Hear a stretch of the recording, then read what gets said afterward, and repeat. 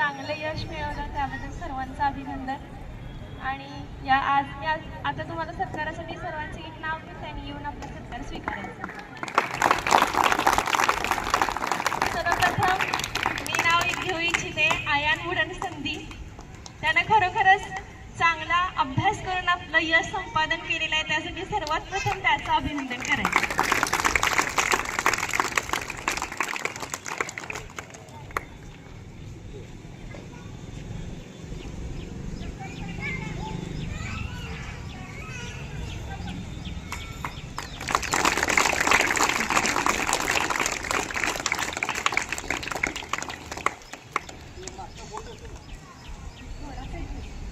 यानंतर अलविरा पाथरवट